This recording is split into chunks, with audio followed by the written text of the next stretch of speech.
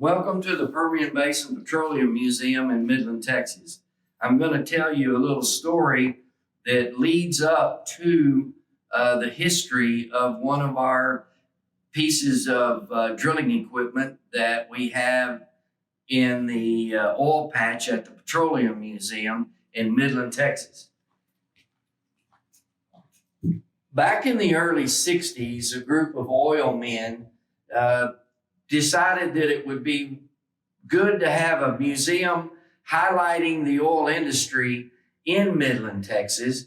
And they put together a board and started trying to get charters to have a museum in Midland, Texas. Most of this was spearheaded by George Abell, who was a geologist in the area in the early 1920s, who was a part of the discovery of the vast amounts of oil in the Permian Basin. He also founded several oil fields in the area through his geological surveys and his finding out the landowners and negotiating drilling leases and creating some oil fields in West Texas.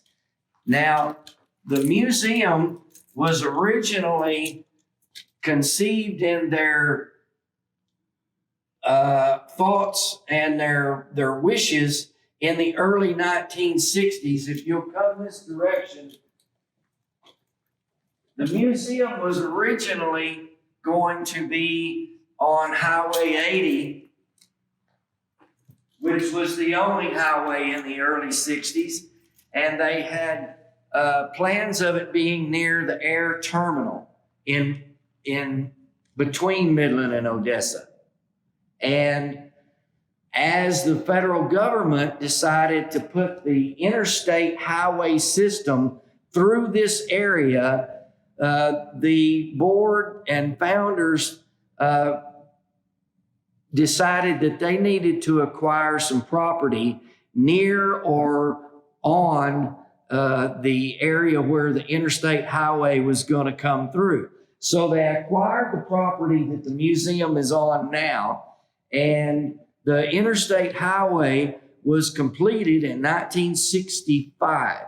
So the plans for the museum to be in this area were as far back as the early 1960s.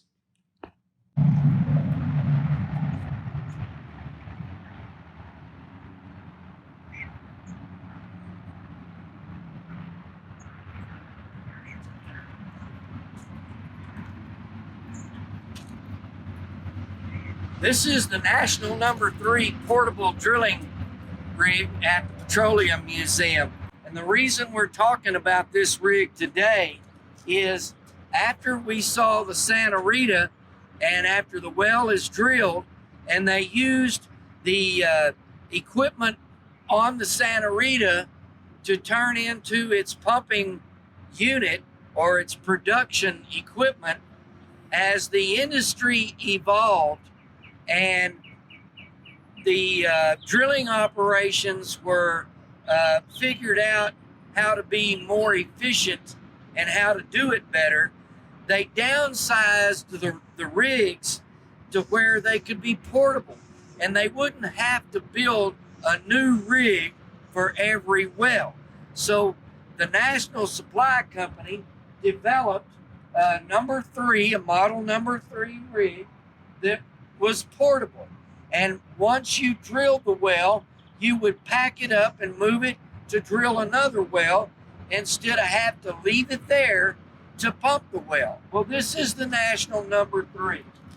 Now, going back to the story about George Abell, the geologist, landman, oil man, and discoverer of 2 or 3 different oil fields in the West Texas area, the reason this rig is here is because this actual rig drilled the discovery wells on George Abell's Shipley Queen field in Ward County, South Ward County, and the Netterville field in South Ward County, and it also drilled some wells in the Abell field in North Pecos County.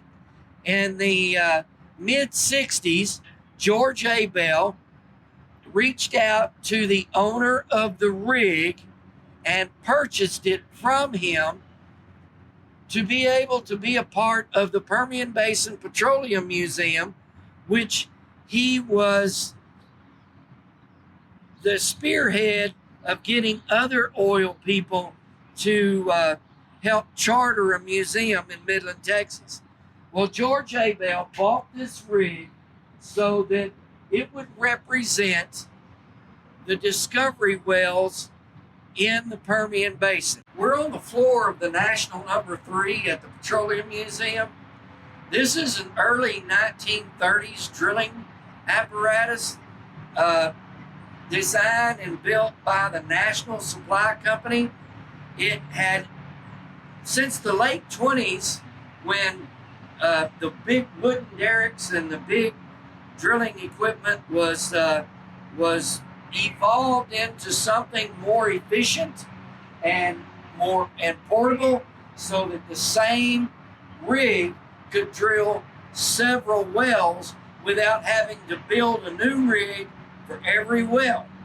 Now, as this equipment became more efficient and the rig would move to different locations picked out by either the geologist or the oil company, once the well was drilled, they would have to bring in and use different type of equipment to pump the well, to produce the well. And we're going to go over and look at the evolution of the pumping equipment used from the 1920s through the 30s and 40s.